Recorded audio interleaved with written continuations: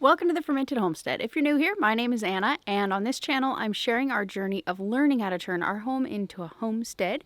Today I thought I would bring you along for a few different projects and some exciting stuff that's happening here on the homestead. We are getting ready to plant our fall garden, and so we got some seeds that are ready to go. I'm in the process of trying to convert grass into an in-ground garden, and so we got some of this. It's like a weed fabric. We're not ready to use that just yet. I've been running chickens on the area that I'm going to be working on, and I'll show you that here in just a minute. And so now the time has come, and we're going to be putting some black plastic down, some silage tarp, but it's like a third of the price, so that's what I'm going to do with that. So I'm going to show you one other really cool thing that I got. It is by, I don't know if you can see that, but meadowcreature.com. If that gives you any hint, which I have no idea if it will or not. I don't think so, because I think they only sell really like 3 things. So we're not going to actually use this today for the purpose that we have for it, but I got it in the mail, so I have to try it, and I want to show you guys what it is too. So let's move it. And this, the Johnny seed, the seed order that we have over there, that is one of 4 boxes that I have. I ordered from 4 different seed companies just to kind of make sure. I shopped around for the best deal and the closest thing to what I actually wanted, and the ones that I could get kind of bulk deals on. So that's one of 4, and when I get all 4 packages, we're going to do a fall seed haul video. So if you've been watching for any length of time, you know that I have been trying to get this patch of grass kind of converted. I've been running chickens on it for a while now, and just kind of running them up and down. And I did not have the proper plastic to actually run after. The plastic that I have here now is one that came with the house, and it was subsequently just kind of destroyed. It didn't come destroyed, we did it. And so it's got all kinds of holes in it, and as you can see, it's not even close to big enough to do what we need to do. So I have roosters. That's so what we're gonna do is I'm gonna pull up this plastic, and we're gonna lay down 1 or 2 of the sheets that I bought. I don't know how many I'm gonna need. I'm gonna bring you along, show you the process, and I kind of just want to bring you along and show you. I don't even know if this is gonna be successful, because it is at a pretty good slope. I think I calculated it, and it was like oh shucks, I don't remember off the top of my head, but it's a decent size, it's a decent slope. And so I'm just going to show you guys kind of how I'm figuring out how to turn this perfectly usable land, but still at a slope with a bit of shadow, into a good usable in-ground garden. I don't know if it's going to happen, but I'm going to bring you along, and you're going to find out if it's going to. Not today, but over the season.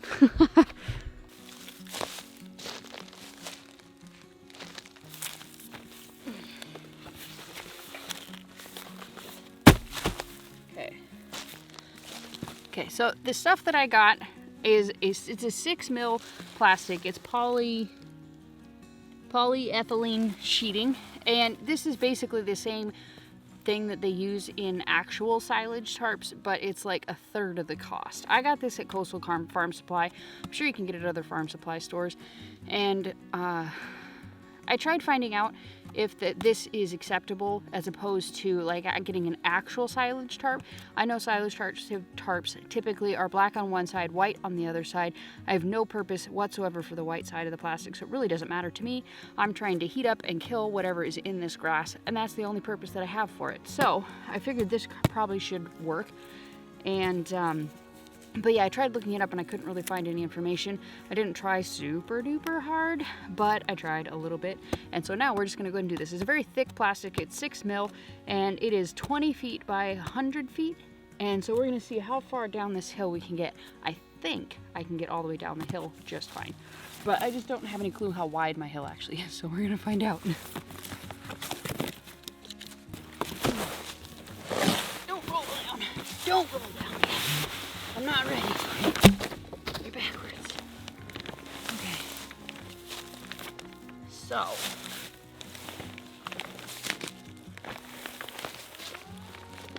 if we can roll this down the hill without hitting the chicken tractor, shall we?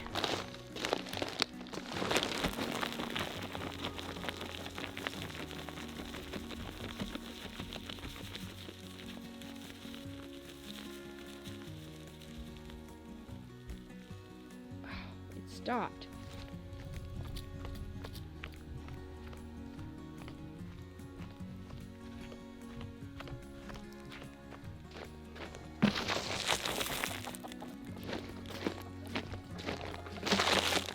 It's almost perfect. Look at that. Okay. That, I like that. That's some pretty thick plastic right there. Hopefully that's not too loud for you. Okay. Now it's time to actually unfold it and get it positioned in place and held down with whatever random crap I can find to hold it down with.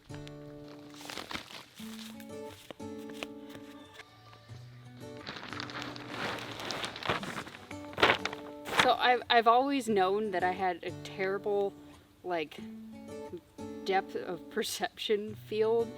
You know, like I can look at something and be like, oh, that's 20 feet away. Really, it's like it was like 40 or 100.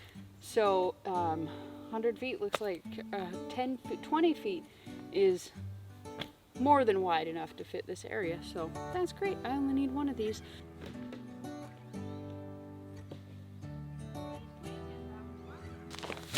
Okay, so I think that I have found almost enough stuff to be able to put on here. I'll probably find a little bit more later, but I mean, right now we're not really in our windy season. And the tarp that I had here, which I had before, had like 3 rocks on it, and it didn't go anywhere for like a week. So I'm not super worried about it, but I will find some more stuff to go on there later, just because I want to make sure it doesn't go anywhere for a few weeks. So now on to the surprise.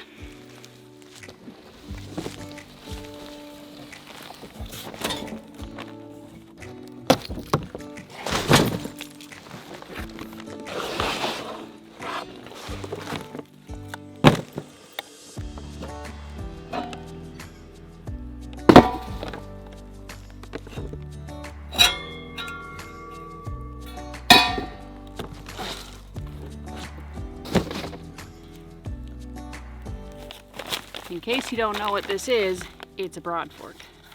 And basically what you do with it is that instead of tilling the ground, you do what we're doing here with the silage tarp, or have something, you know, just kind of suppress the growth for a little while.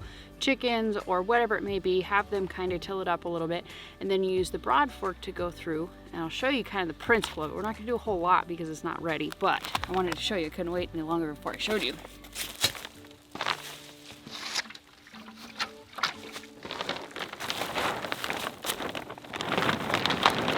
Basically what you do is you kind of put it in the ground and then stand on it. Maybe you don't have rocky soil like me, and then it kind of just aerates the soil. Hopefully this will work. I have a lot of rocks.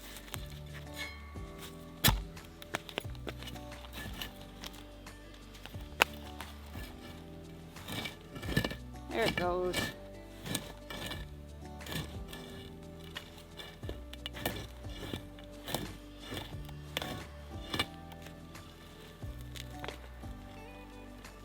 And then it kind of just brings air to the roots. It just aerates the whole soil without breaking it up so much by tilling.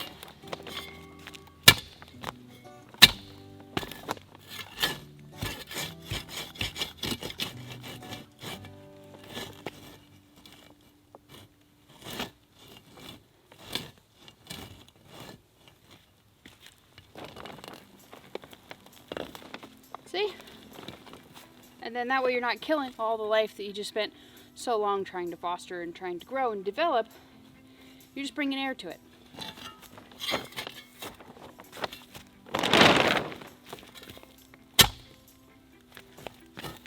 Wow.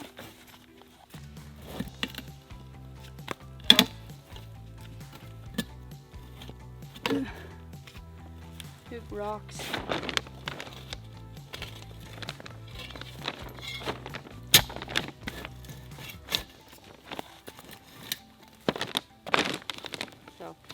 any rate, rod fork. I wanted to also go ahead and show you one other thing that I'm planning on doing. I mentioned it in one of my recent garden tours, and this row here, that row there, I planted, you can see I planted much more densely than I did these other rows up here. I planted them at twice as dense. So I planted them every 1.5 feet instead of here I did every 3 foot, here's every 1.5 feet. And so the reason that I did that is that I want to go ahead and build some kind of an arch or like a pallet trellis, something. I'm not sure exactly what. And that's also why I'm tarping this area off here, is because I'm going to turn this also into another area to just have a bunch of vining, tall things with trellises, probably beans and peas and things like that. We're getting into, see, it's like the middle end of July. So really starting to think about the fall garden and trying to think about some of the colder weather crops and trying to think about the best direction to continue this garden in. Because obviously we're not going to be planting any more peppers or tomatoes or really any of the super warm weather crops. And so you guys are going to see, and when I get my seeds, you're going to see in my seed haul kind of the direction that I'm going for the rest of this year with the garden. I'm going to hope to get rid of the mosquitoes. That'd be great. But I'm going to hope that I will be able to continue this garden as late into the fall/winter as humanly possible. So coming up, you're going to see all kinds of different like season extension ideas and things that I'm going to try. I don't know if they're going to work, but I'm going to try them. And just also all of those sorts of things like agribond, maybe some kind of plastic sheeting, both insulated, and then also to just different ways to extend the season in an area that doesn't have an incredibly harsh winter, but has a winter. I have freezes, and just kind of give you some ideas maybe, and just try out some things as well so I can see what works better for my area, what I like, what I don't like, things like that, and I'll share those with you as well. And there's crap there. So one other thing that I wanted to show you while I was in this video, because the beans that I planted in here, some of them are starting to sprout.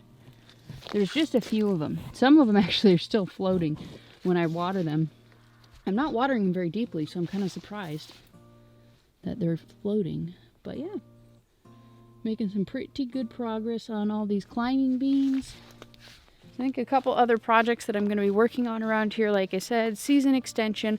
I'm going to finish up the deer fencing. It kind of stops right here, and I don't have it continuing up. I have poles here, but I don't have the actual fencing. And I've been seeing a couple of deers kind of poking around in the neighbor's yard down there beyond the fence. And so I'm afraid that they might try and like come up here along the fence line, maybe eating some grass or eating some of the blackberries. I don't know if they eat blackberry bushes, and then they might discover that, hey, you can get around this.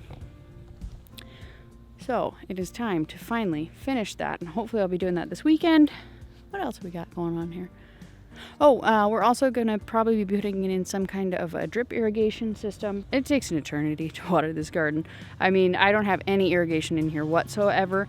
The only thing I do have is like mulch, and then the bottom is the hugelkultur bed. So it's the bottom is filled about halfway full of logs, rotted logs, things like that retain moisture.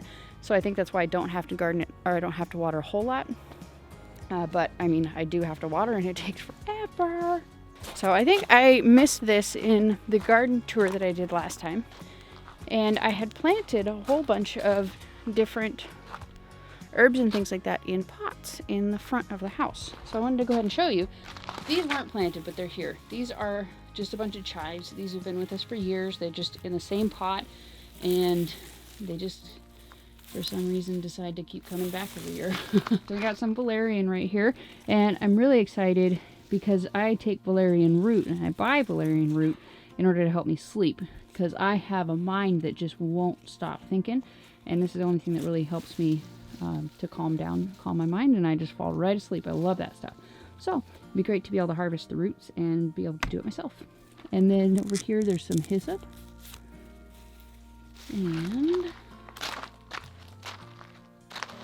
okay, stevia, I don't like to have sugar a whole lot, but I do enjoy stevia, and I'm really excited to see how that is and how it tastes and how it grows, and I'll be sharing with you guys ways and things that I'm doing with it as well, and when I harvest it I'll show you that as well. Over here we have some caraway and some German chamomile. I already harvested all the flowers off of it. There weren't very many, but it looks like there's one starting right there. So that's great. Oh, there's a bunch starting.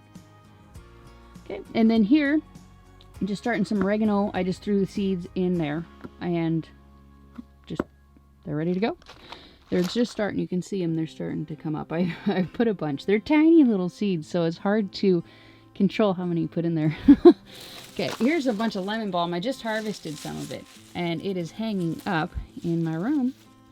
Oh, and it smells divine. And then we have some yarrow, some Colorado yarrow.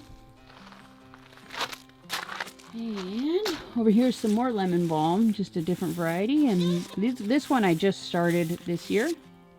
Oh, amazing. And that stuff I started from, I didn't start it actually. That stuff I got from a start that I bought at the store. But this I started from seed. And then there's also bee balm, 2 different kinds of bee balm, or 2 different plants of bee balm. And some anise. Looks like this one might not make it, but this one's looking pretty good. I left all of these in the little planter cups for a really long time, and I shouldn't have. And then here's rosemary. I've had this, oh, amazing.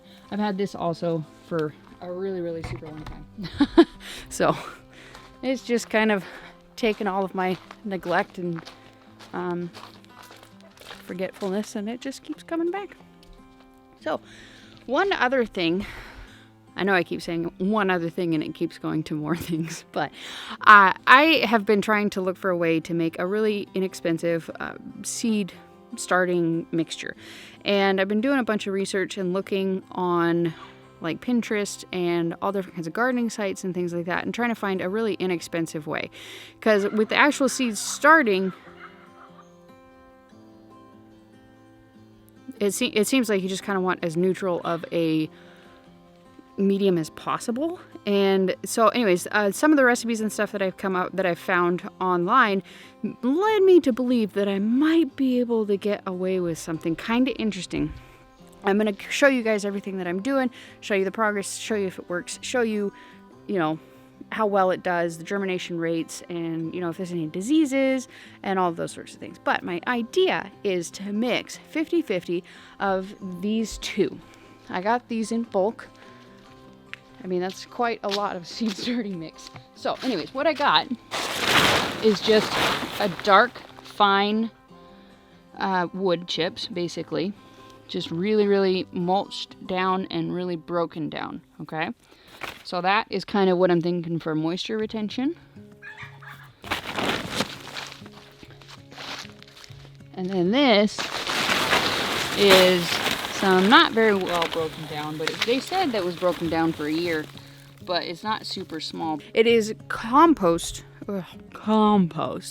It is compost from like an organic chicken egg farm. So I'm going to mix the 2 of those, kind of 50-50, and then add in like some perlite or something like that, maybe some vermiculite, and just try and have a really inexpensive seed starting mix. And because that what's that stuff called? The Jiffy seed starting mix stuff is so expensive, and so many of the different recipes that you find online are just so expensive. I mean, this together is like $70. I mean, $70 is a lot of money, but I mean, think about how many seeds I can start with that. And it's a little bit more not self-sufficient, but it's certainly, I don't know, it just, less packaging, certainly less expense, and it will go much, much further. Like I can have like this, if this works, like it could be something that would last probably like 4 or 5 seasons, maybe 3 seasons. I plant a lot of plants, so probably 2 or 3 seasons at least. But like I've certainly spent a heck of a lot more than $70 on Jiffy starter mix this year. That's for darn sure. And haven't really had a tremendous amount of luck with it either, because that stuff really likes to have aphids after not a very long amount of time. So anyways, I just wanted to kind of show you some of the things that we have going on here, give you kind of a glimpse of some of the stuff that is actually coming up here in the very near future, and give you some inspiration and remind you that it's time to start thinking about your guys' fall garden. It's time to start ordering seeds if you need them, and it's not too late to start a fall garden. Just in case you're wondering, you might not be able to do tomatoes or peppers, but you can certainly do kale, radishes, beets, and carrots, and all of those sorts of stuff. So if you don't have a garden, get cracking on it, and then you will be able to garden, because gardening's awesome. So thank you so much for watching. If you enjoyed this video, go ahead and give it a thumbs up. Subscribe to this channel if you haven't already, and we'll see you next time. Bye.